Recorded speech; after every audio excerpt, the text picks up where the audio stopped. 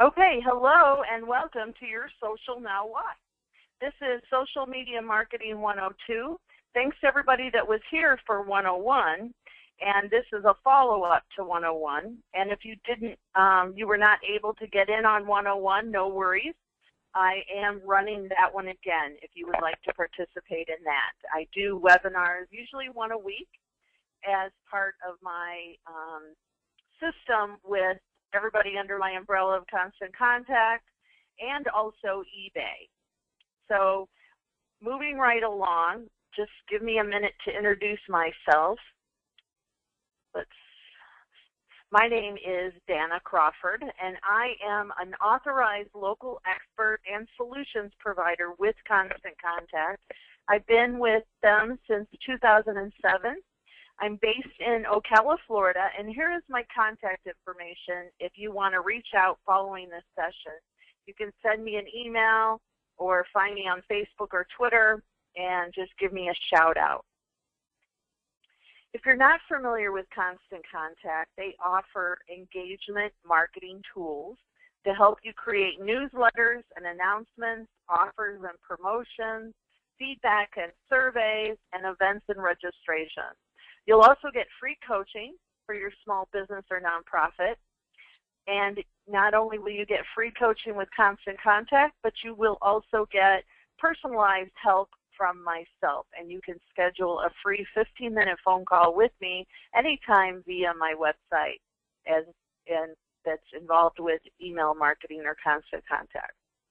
So our agenda, we're going to talk about, if you've attended, again, the beginner social media webinar, getting started with social media, we briefly reviewed each of the big 5 networks, which are Facebook, Twitter, LinkedIn, Google+, and Pinterest.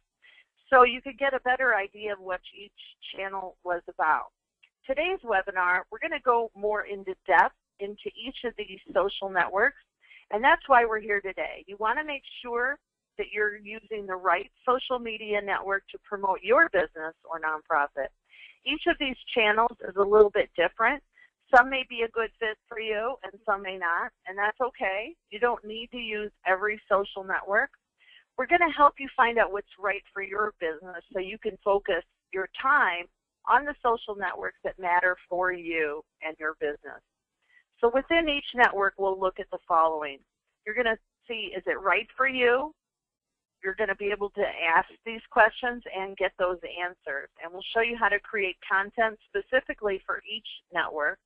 You'll see an example of how other organizations are using these channels. And after a look at the networks, we'll give you some next steps to move forward, including specific recommendations and the also do's and don'ts of social media marketing. You'll learn the etiquette so you can make a good impression online. And we'll also discuss how to know if the channels you're using and the content you're creating is working. And then again, we'll have a Q&A at the end. So anytime that I'm moving along, you have a question, type it in, and then if it gets answered, please remove it, and then I'll turn on my webcam and answer all questions at the end. Let's start with Facebook. The most popular of the social media networks. It has over 1.1 billion users, and many small businesses and nonprofits are already using it in their marketing. So if you have prospects and customers, chances are they're already on Facebook. But is it right for your business? Okay, if you are a B2C, which is business to consumer, Facebook can be a good fit for you. 89% of your peers are using it for marketing, and many of them are finding success with Facebook. If you are a B2B, which is business to business, many of your peers are using it to reach out to customers and clients. And if you are a nonprofit, just about all nonprofit organizations are using Facebook, actually 91%. So this is the one way to help figure out if Facebook is a good fit. Is it working for a business or non-support like yours, nonprofit? And let's think about how to make Facebook effective. It can work for you if you best use practices to grow your audience and keep them engaged with the content that you're sharing.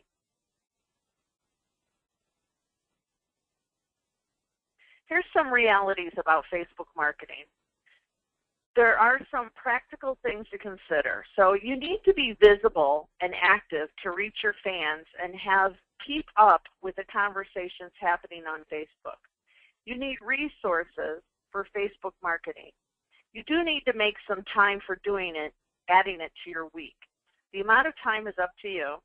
With Facebook marketing, or really all social media marketing, you get out of it what you put into it. So think about this. Who's going to run your Facebook page? Is it going to be you or your staff? You need a person who is dedicated and focused to the page. Do you have things to say about your business? Can you share news, photos, events, tips? If you deal with sensitive, private, or competitive information, can you share things about your corporate culture, industry, or local area instead? Facebook is playing a big role in search right now. Not only are people searching through search engines like Google, they are using mobile search and the Facebook mobile app to find businesses and check into them. The more people talk about you and check in, the more you'll come up in search. So keep that in mind. Facebook is a low volume, high value network, which means that your frequency should be low. Fans get frustrated if they see that a business or brand is dominating their news feed. But every piece of content you post should be valuable to your audience. In other words, you do not need to plan ahead. Don't post just to post. You need to be strategic about your content, and we'll show you how to do that later. We suggest that you post at least 3 times a week to keep your relationship with your fans going and to be visible to them. But don't go overboard. 10 times a week, 2 times a day is plenty to keep top of mind with your fans. When you are sharing content on Facebook, don't post just to post. Focus on quality content. And what is quality content? So let's talk about some of the best practices to keep in mind for when you're creating Facebook content. Fortunately, we have a rule of thumb at Constant Contact that will help you come up with the right things to talk about on social media. If you are getting started with social media webinar, you've seen this before, so this will be a refresher for you. 50% of the content you post should be aimed at getting likes, shares, and comments. This means that it needs to be entertaining and invite conversation. Asking questions, asking for opinions, using images and video, as well as being timely. Is there an event or holiday coming up? That would count. 30% of your content should be useful information. Provide information about your industry that your customers will find interesting. Become known as a source of important information and tips, whether that content is from you, from your blog, or from other blogs that you trust. If you do that stuff correctly, then you've earned the right for 20% of your content to be directed at your business. Now, this doesn't necessarily mean to have buy my product, buy it now. And there's nothing worse than me. So it's really important to fall into this 50-30-20 rule because it will help you going forward.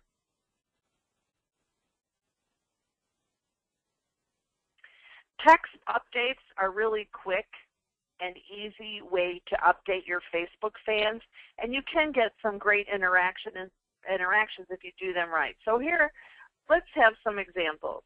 You could use a fill-in-the-blank post. It's a really easy post that you can do, and it will spark conversation. Part of your 50% content. Here's one that we did about Pinterest. You tell us what I don't understand about Pinterest is, and then we have a blank. So we're asking our fans to share their opinion and let us know how we can help them. You can see that there was a lot of back and forth on this post, more than 40 comments from people who needed Pinterest help. Try asking your audience a question. Another way to allow them to share an opinion and start conversation. This question is one we were posting about multiple user login functionality that we were adding to our email marketing product. So this is one of the 20% of posts about our business, but it's not buy now. We thought we'd ask the customers what they thought this function should be called. We're giving them an easy way to provide us with input, and it shows that we're building products with them in mind. Share a fun fact or tip. People love trivia, and they love insider tips they might not have heard before. So this is something you can do for the 30% of content that's useful and informative. So these text updates are all easy ways to generate conversation and sharing on Facebook. But it's important to also share multimedia on Facebook. So let's talk about ideas for visual content.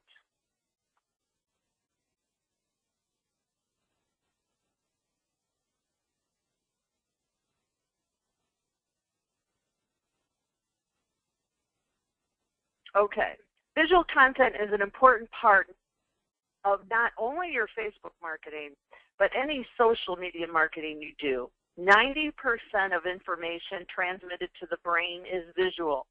We see before we read. On Facebook, visual content gets the best engagement. Photos are like 2 times more than text updates. You need to be sharing photos on Facebook. The easiest way to do this is with the Instagram app, which Facebook owns, by the way. You can share photos individually, and you can add an Instagram app to your Facebook page. Your fans can go to the app anytime to check out your Instagram stream. And this works brilliantly, by the way. So I have mine set up on my phone so that it goes right to my Facebook business page, Dana Crawford 1. And then whenever I'm out in the field, I can take pictures and they shoot right to my Facebook business page, not to my Facebook personal page. So also try combining images and text together to make it more visually appealing. So when we share tips, we often use a royalty-free stock image or a graphic and add text to it using a free photo editing app called PicMonkey. That's PICMONKEY. Videos are another great way to bring your content to life. Keep them short and provide a clear description. If you produce digital content like blog posts, guides, or ebooks, it's easy to create visual posts. Just link it to your digital content in the Facebook post. It will pull any images that are on the web page, and you can choose which ones you want to appear with the link in the newsfeed. Now, normally when I give this presentation for the chamber or the Small Business Administration, we have handouts. So today, of course, it's hard for me to pass out handouts, but I will tell you these handouts will be sent to you in an email, in the email follow-up. So the way it'll be a PDF file. So you can take a look at these, and you can answer these questions from another piece of paper if you want to save on ink, or you can go ahead and print them out. And you might want to print out copies for your staff, because this is a good exercise to help you come up with things to put out there on your Facebook page, or to use at one of your staff meetings to go over ideas with everybody. So this is a good worksheet for you to use. And I'm not going to go into all the details because everybody here is in different industries. We have everything from pet grooming to childcare and realtors. Okay, so these will be available in the follow-up email. Next, something that can help a lot is an editorial calendar. And this can be as simple as a blank calendar you print out and keep at your desk, or scheduling Facebook posts in your Outlook calendar. Having a calendar helps you figure out what to post what your important messages are getting out there, and that you're consistent in interacting with your fans. You don't need to plan far in advance. Plan for the upcoming week. You know that's coming up as advance or sales, and be flexible. That's going to be another thing. So I wanted to share with you this company called Beloko. They're a great example how they're doing this, and they're a chain of burrito restaurants in New England. They use a lot of the best practices that I talked about. So they ask questions to their fans to get them talking and sharing opinions. They share multimedia. They take a lot of photos and videos about what they do, information about their products, a look behind the scenes, charity and community outreach. They are helpful to their fans and answer their questions, address concerns, and provide information about their menu items. They also get their fans involved in the content and regularly share fans' Instagram photos on the page, or they'll make them the Beloko page cover photo. So this is fun because I also follow the USPS, the United States Postal Service, and they have great content that they put out every day practically, and fun videos, and they show the postal staff, the postal employees shipping. Well, one day I put up a shipping video, or no, a shipping photo on my Facebook page of my cat inside a priority mailbox.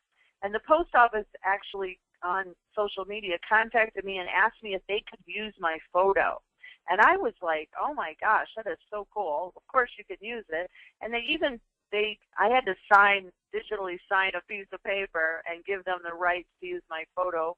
And and when they shared it, they had Dana Crawford at the bottom of the photo. I thought it was really cool. So that's something for you to think about. If you run across someone sharing a photo that has to do with your industry or business, touch base with them. Say, hey, could I use your photo? And of course, give them credit back, because it really puts that personal touch on them.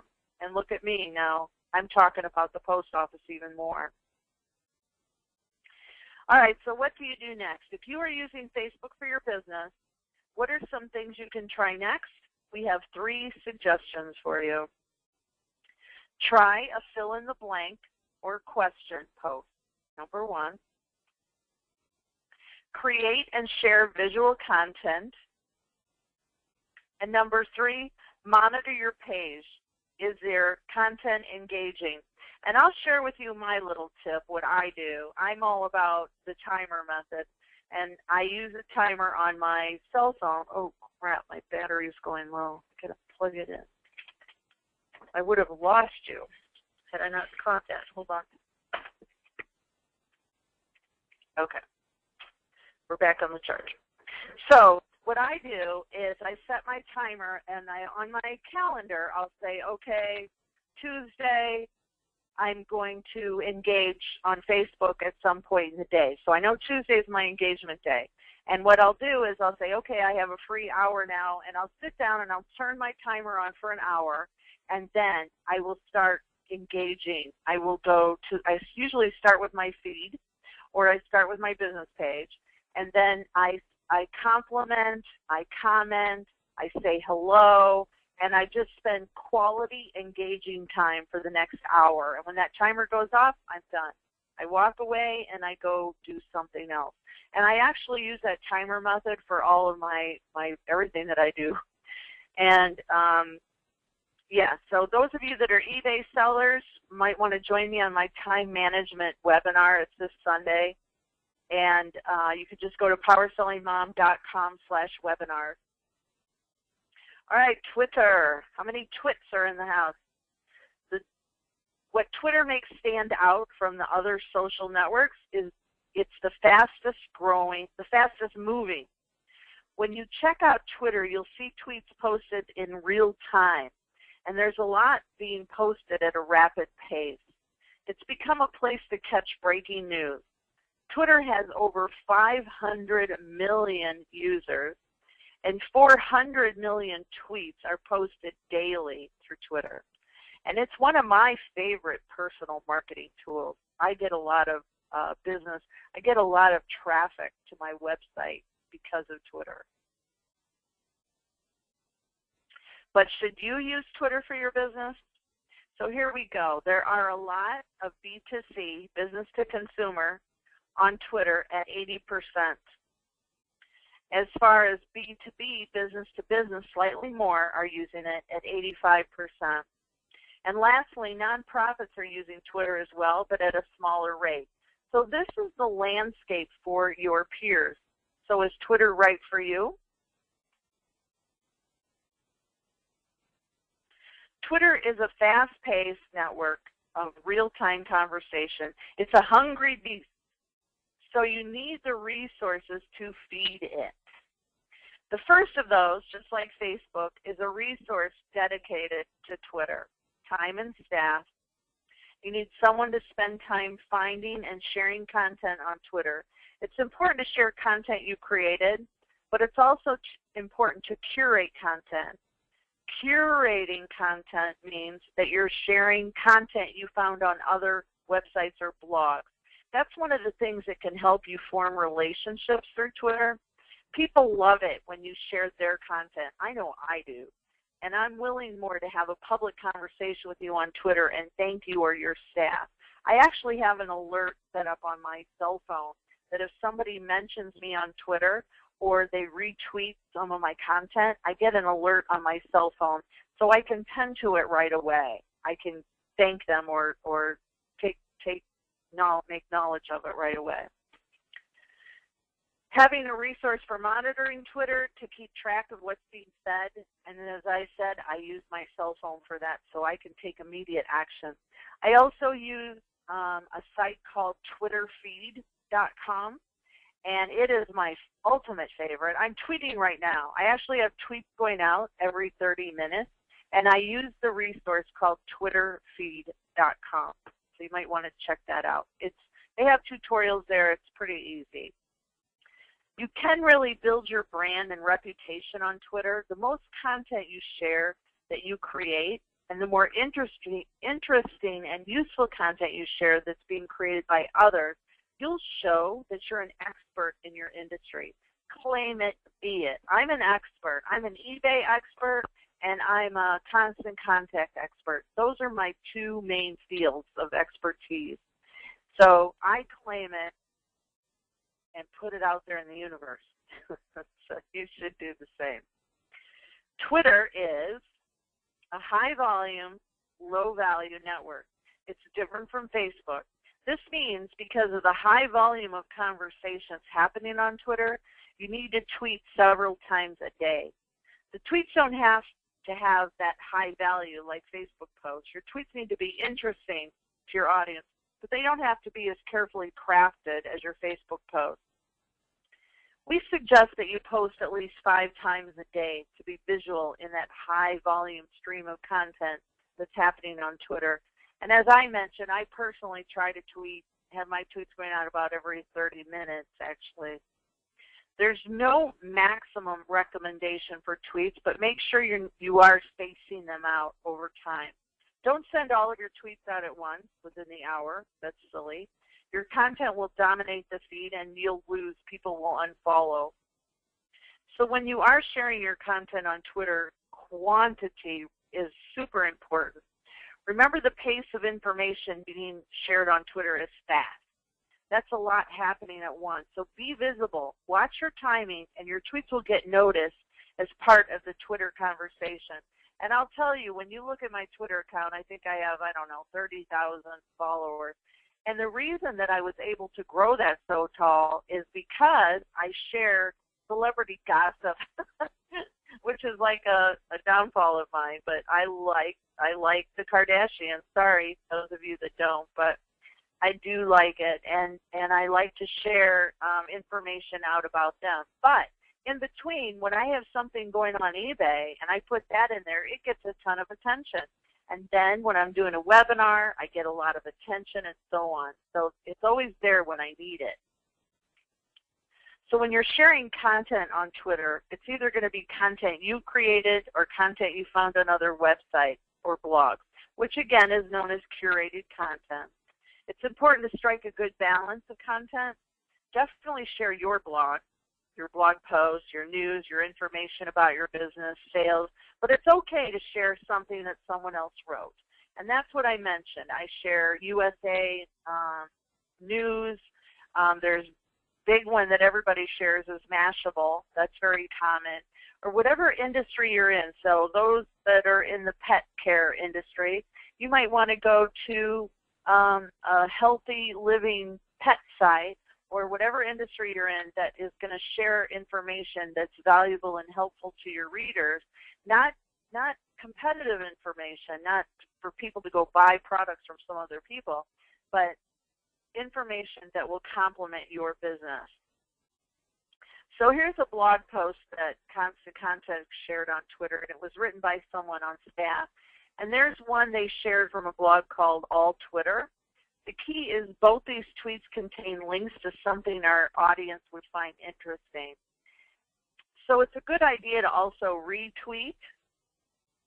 Oh, sorry, there's the All Twitter and retweet.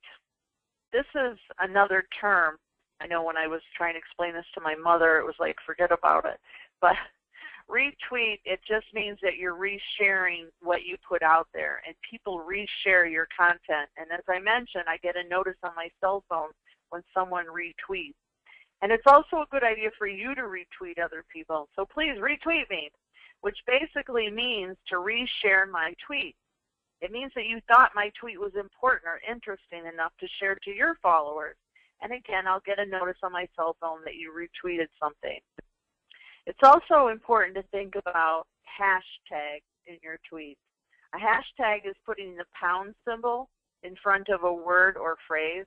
It's like bolding. It's like putting those words in bold and calling attention to a certain topic on Twitter. So here's some tips to keep in mind when you're using hashtags.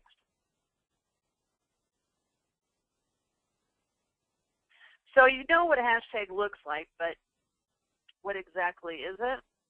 To get more specific, a hashtag consists of words or phrases with no spaces, preceded by a number sign or the pound sign that is used to tie various social media posts together and relate them to a topic. Originally, hashtags were created on Twitter, but today they can be used on Pinterest, Facebook, Google+, Instagram, LinkedIn, and other networks. So what's the point of using a hashtag?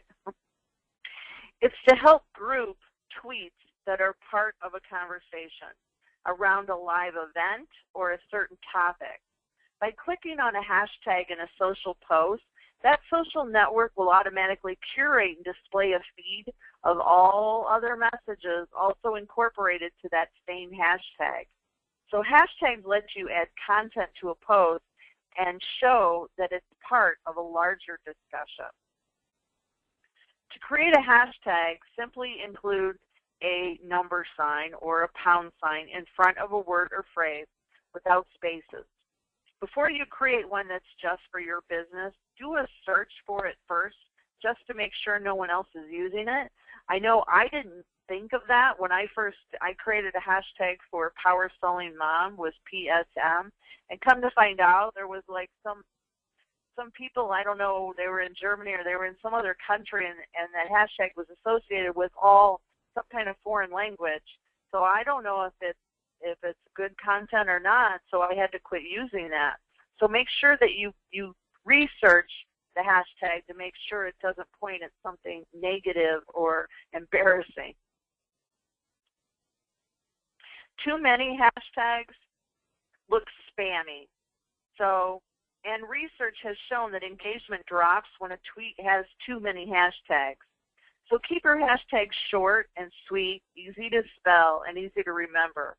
If you want to incorporate your hashtag across multiple channels, you need to consider the character restrictions of those social networks.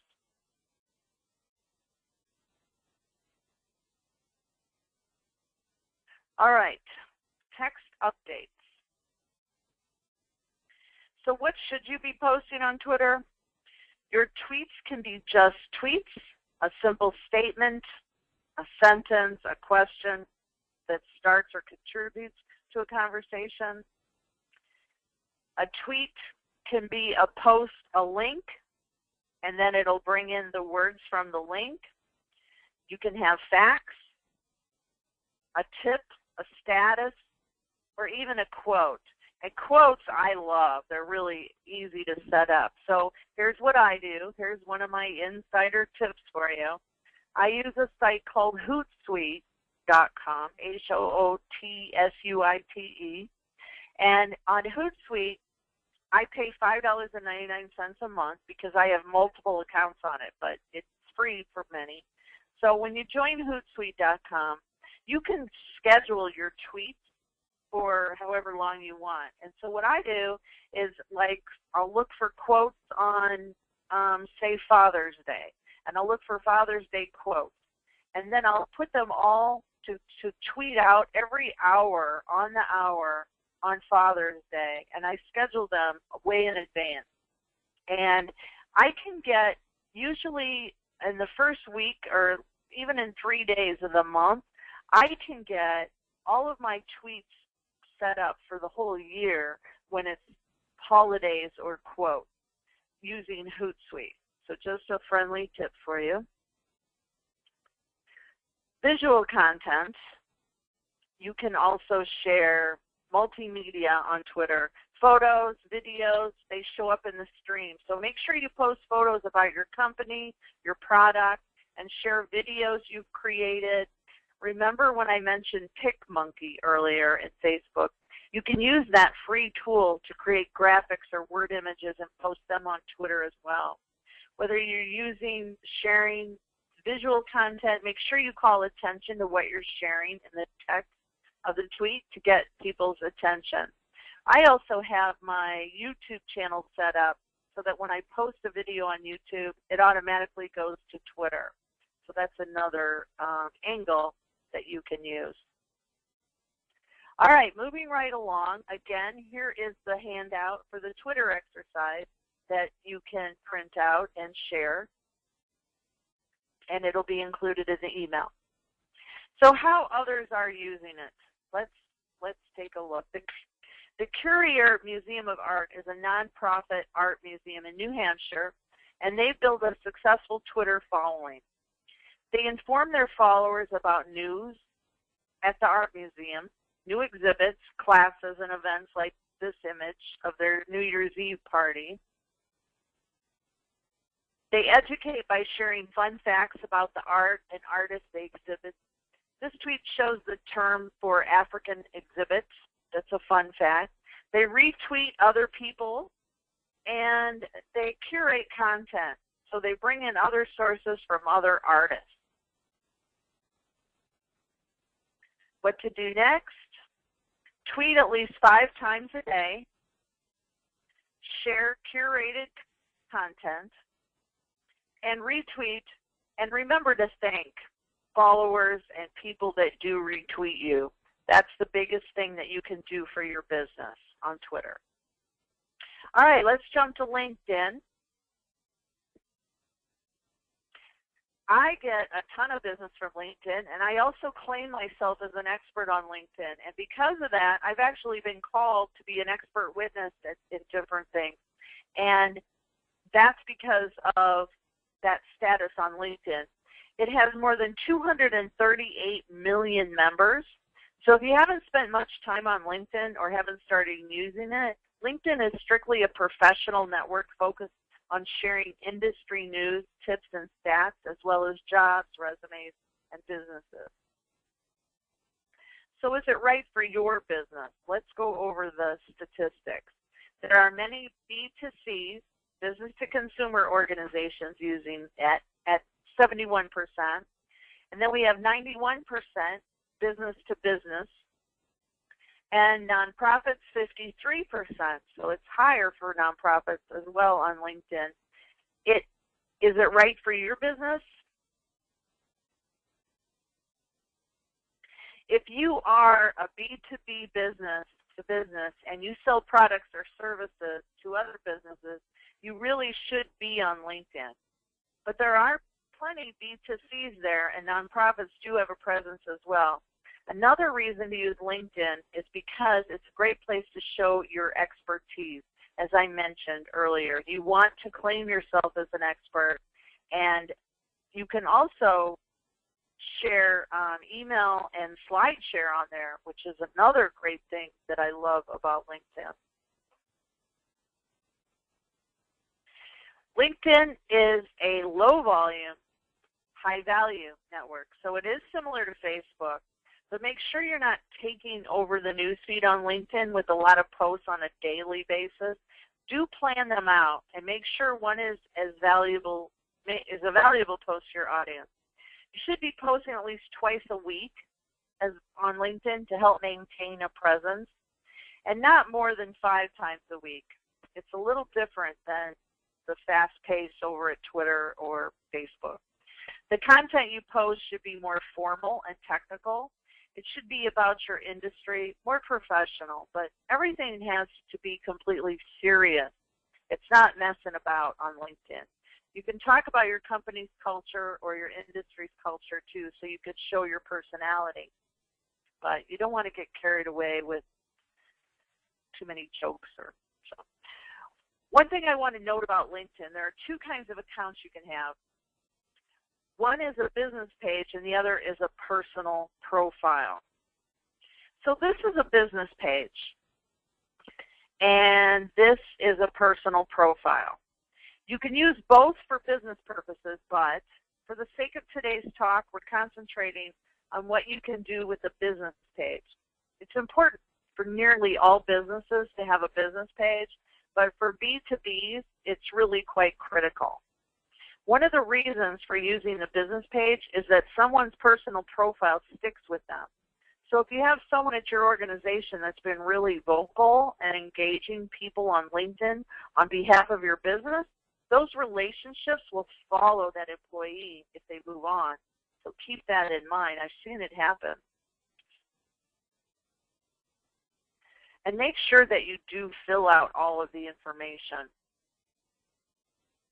And add content to both, no matter what you have, the company, the culture, products and services, recommendations, and so on. Some of the content on LinkedIn is going to be about your business. You could be a little more vocal on LinkedIn about your business because of the culture here. Share news or announcements about your business. Give people a look at your personality and your business personality with information on what's going on beyond your product. Some of the behind the scenes information or photos and videos of your employees. Finally, you can share recruiting posts on LinkedIn. So here's a video that Constant Contact created about that talks about what happens behind the scenes at Constant Contact and highlights some of their employees and what they think about working there. So they give little testimonials about how they like working with the company. There's a lot of educational, informative posts on LinkedIn. You can have blog posts, electronic publications such as guides or ebooks, or industry news tips. They often share on SlideShare, as I mentioned. There's a lot of ways that you can share useful information on LinkedIn, and it stays there. That's the best part. So here, again, you'll have your exercise page for how you can work LinkedIn to your business. MarketMe Suite is using it. They're asking questions, sharing multimedia, and they get a lot of response from it. So fill out everything on your page. That's the #1 thing to do. Double check to those of you that have pages and make sure everything is filled out. Be active, post at least 2 times a week, and try sharing something about your industry, whether it's behind the scenes or the front of the building. Google Plus.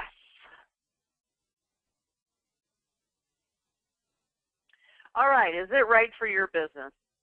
This one hasn't been around as long as the others, but Google Plus has been criticized for being a ghost town. It actually has over 343 million monthly active members. There's a little over 55% of business-to-business consumer companies on Google Plus, and a little over half of B2Bs. Nonprofits have a small presence there, but that is growing. So there are some businesses and organizations like yours using Google Plus for marketing. They are out there. Now, making this decision, is it a good fit for you? If you create content, Google Plus is a good place to share it. Google Plus is similar to Facebook in many ways. You can post a lot of the same things you share on Facebook. Make sure you have the time to nurture your Google Plus page. Do you have the time to add another network to your marketing? The biggest reason to use Google Plus is for SEO value, search engine optimization. A lot of people use search engines like Google to find businesses or to do searches for businesses. If you have another social network that you're posting to, that's more content out there that's linked to you and your business. So before I go any further, let's talk a little bit about this SEO.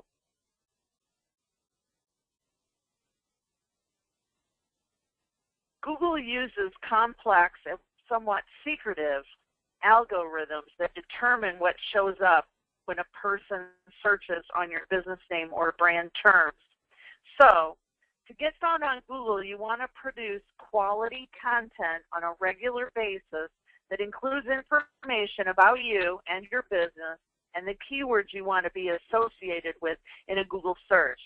You share that content on Google Plus so you can get found, and Google loves fresh content. So it's important to update regularly.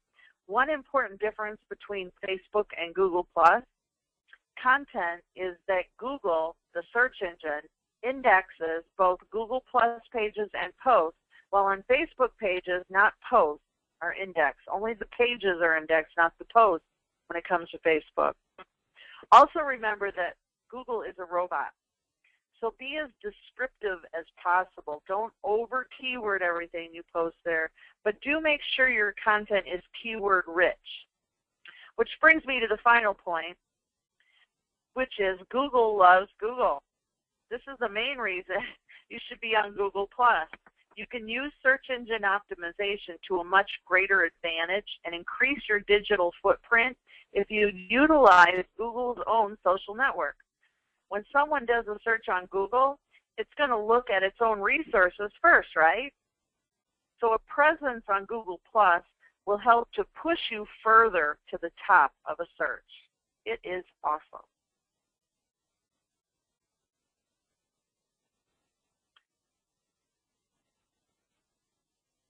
As far as content goes, Google Plus is a higher volume, high value network, just like Facebook. So you should be posting more frequently there, and you should be offering higher value content. Post at least 3 times a week, and at most 10 times a week. So remember, this is about increasing your findability in a search, in Google search. So the topics and keywords in your content are important. Use the keywords you've already been using in your business, your website, and your blog to get you found. You want to be found. So let's look at some types of content to share. Try sharing blog posts and for that searchability, and this can help build credibility as an expert. You can also create events on Google+. Promote your events there and links to your registration page. And similar to other social networks, think about sharing interesting information about your industry. Google Plus is a great place to post multimedia. It displays photos and videos perfectly, as well as word images or e-publication like guides or e-books. Google Plus displays multimedia in a large format in its news feed, so anything visual that you share there will get noticed by your followers.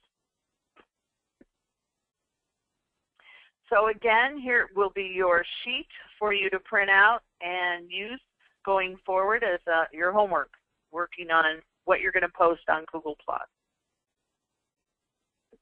So here we have the Google+ page for Geek Girl Camp.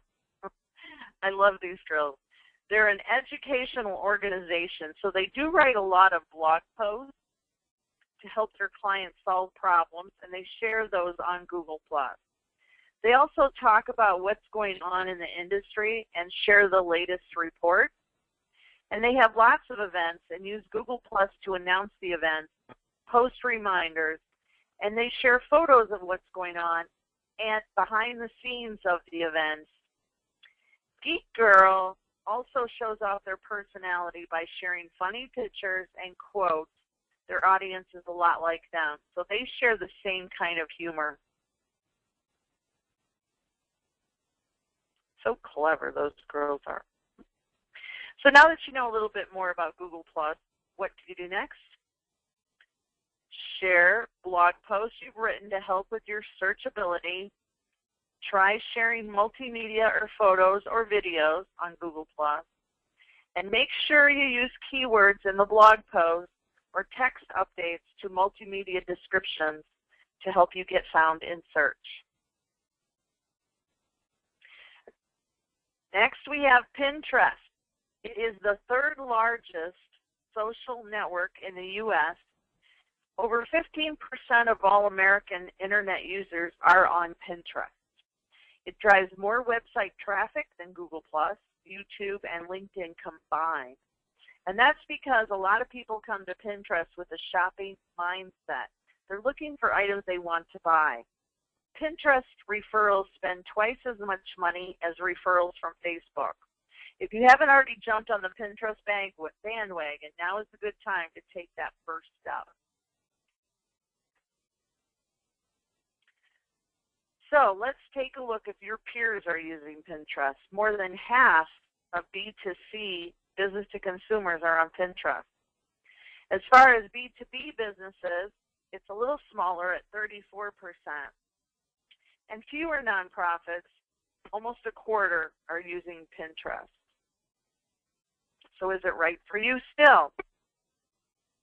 Pinterest can be utilized for different purposes depending on if you're a retail business or not. But if you are a retail business, you can definitely use Pinterest to sell products. Make sure you're not the only thing, it's not the only thing you're doing, but Pinterest is certainly a network where you can do that. If you have great visuals, photos, multimedia, or graphics, or e-publication, Pinterest is a great way to show them off. If you aren't a retail business, you can still use Pinterest, but you're going to be focused on using Pinterest for search performance, branding, and awareness to promote your business or organization.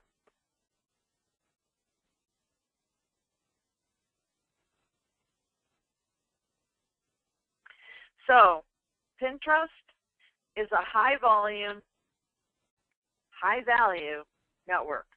So you need to make sure you have frequent amounts of posts during the week, not too many in a row, but make sure you are visible. The posts need to be valuable and interesting. So try at least 5 pins a day, but try not to go on a pinning spree and dominate your followers with more than 10 a day. That's insane. And when you're pinning, make sure to use quality images. Anything that is too small, stretched, or fuzzy will stand out in a bad way. So if you're already using social media marketing for your organization, you know that visual content is huge. People engage more with photos than a text update. If you use visuals in your marketing, you should be on Pinterest because it's how we process information. 90% of information transmitted to the brain is visual. Social media users are drawn to visual content. They interact and engage more with photos than text. And this is a Facebook statistic I mentioned earlier, but it shows that people value visual content more. People like photos twice as much as text updates. And people use images to research purchases. 67% believe that images are a very important factor when selecting and purchasing a product. So remember, people are coming to Pinterest with a shopping mindset. So those images are part of the research they're doing on purchases. If you're not sure what to share on Pinterest, so here's some ideas. Of course, if you have products or services to sell, definitely pin those so potential customers know what you have available. And if you do not sell products, share your digital assets. This is a board of constant contact guides and ebooks. Any photos or videos you have of your staff or customers or what goes on behind the scenes are also a great content to share on Pinterest. Try sharing content that will be entertaining and useful. You can see curated content, share from others, and have the blog posts. If you have a blog, create a board that links to all of your posts. And you can also use tools like PicMonkey, again, to create graphical images. Try creating inspirational quote images or interesting quotes about your industry. Those get shared a lot. Again, you'll receive a handout for the Pinterest to help you going forward. How people are using it, this one I love. This is the unique sheep. They pin their products and show the finished product. So there's a whole board of photos of socks knitted using their patterns and yarn. The unique sheep also pins useful resources for followers like seasonal colors, project ideas. What is going on? There we go. And seasonal things. And they also curate content and share related pins that their audience is interested in, like this sheep pillow.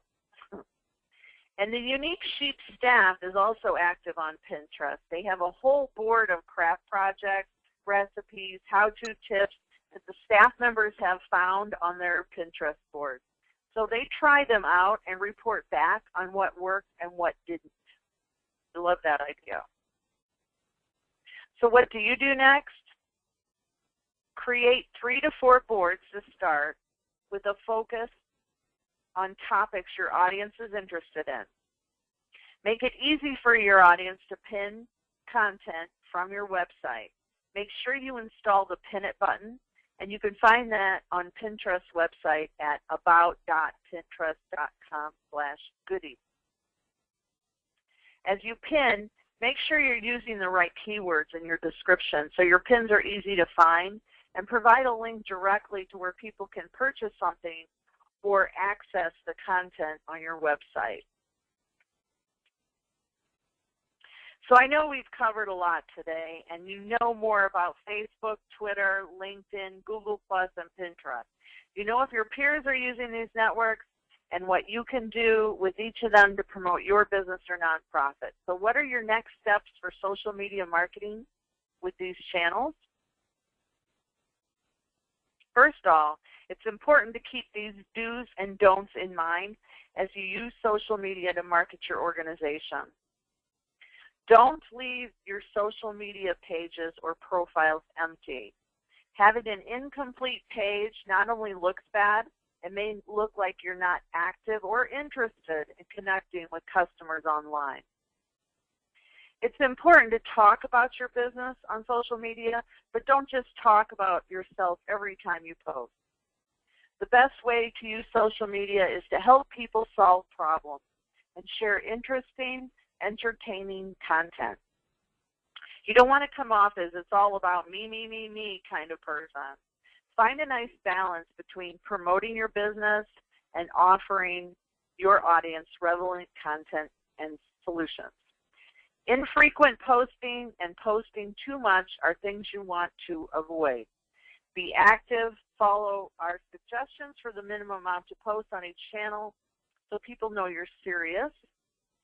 And this sounds like a small thing, but it's important. When someone interacts with your page, don't ignore them. It's important to respond. So say thank you to someone who shares something on your page or offers a compliment or a nice review. They know you're listening, and they will remember you. This might be a difficult one to follow, but You should not delete negative comments. I know it's frustrating, but you should leave them there. Here's why. You can turn this negative comment into a positive response, and your reaction is what's going to stick with the commenter and everyone else who sees it. Address the commenter's issue. Apologize, then move the conversation to a private space. By addressing the negative comment publicly, it shows your fans that you care about their concerns and opinions.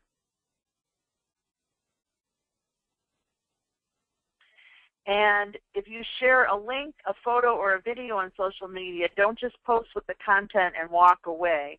Tell people why you're posting this link. What's interesting or helpful on this page? You want them to click on. If there's no context, people might not click because they don't know what they're clicking, and why should they care? So you want to make sure that you write about why you're putting that link up there. So beyond the content and etiquette, you do need to monitor your networks. The first engagement, be mindful of frequency, days of the week, times you're posting.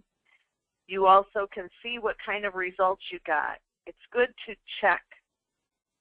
Did you get likes, comments, shares? If you don't worry about it. If you got likes but no comments or shares, any activity is good activity.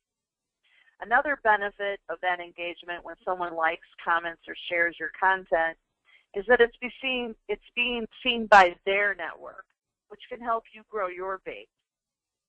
So keep in mind it does take time. Your page is not going to explode overnight. This is about building relationships. Building relationships with actual people does not happen overnight. And that's what you're doing with these social networks. You're sharing and having conversations and getting to know each other. Stick with it. You'll build those relationships and get the results you want. Now go do it, just like Nike. If you want to start new social channels for your business, use what you learned today to pick the networks that will work best for your business. If you want to know that it's okay if you're doing everything, you don't have to do everything. You don't have to be on every network. Just focus on what's going to work for your business and your audience. We've included worksheets in the slides you'll be getting today that will provide space for you to think about what to post. Use the best practices with the 50-30-20 rule we talked about to create content and write down your own ideas. And at the end of each social network session, we've got 3 ideas for you to try. Start using those suggestions if you haven't taken those steps already.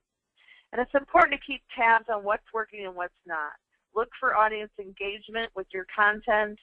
What topics and content types do they like? Are you posting at the right time of day? Sit down and check on a regular basis. Do more of the marketing they like and less of what they don't.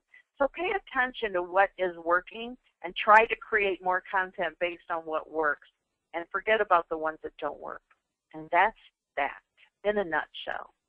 Anyone that is in my personal umbrella, under my umbrella, you're welcome to come and join me at my Facebook group.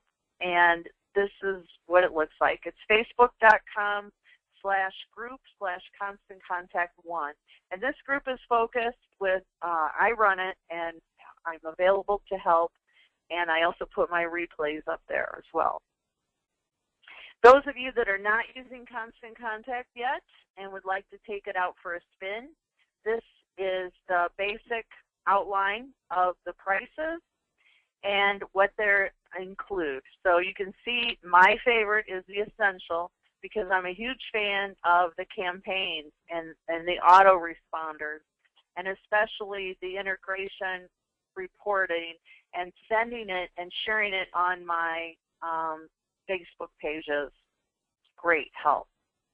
So they are running a special. If you sign up, you get the first month free, and they offer free coaching and personally my coaching, and you will get personal invites to all of my educational webinars. I will help you for free with Facebook and even eBay if you want to throw a few eBay. I've been an eBay seller for 18 years, and it is my true love, and I still do it full time. full swing. And then Constant Contact came into play in 2007. Their plans start at $20 a month. You can sign up direct. But wait, there's more. I love that. But wait. They are offering 40% off for the next 3 months. And when you sign up for the plan for 40% off, I'll give you the code. It'll be included in my follow-up email. And after you sign up, you email me that you signed up for the 40% discount, which breaks down to like $12 for, I forgot my piece of paper here. Here it is. $12 for the $20 plan and $27 for the $45 plan. And you can cancel it any time. And plus, when you sign up for that, you email me, and I will PayPal you for that first month. I will pay for your first month. My compliment, show my appreciation, how seriously I am about helping you, and also I want to see you succeed, and I want you to be in my network. Anyone that is not or that is already with Constant Contact and would like to be in my network, please contact me, and I can see about putting you in my network under my umbrella. Also, you can text if you just want to say, you know what, I'm not ready to commit to a payment. I'm going to do the trial. You can go to powersellingmom.constantcontact.com and sign up for a trial, or you can get out your phone right now, send a text message to 99000, and then in the message area, just type in my name, Danna, D-A-N-N-A. Or you can email me.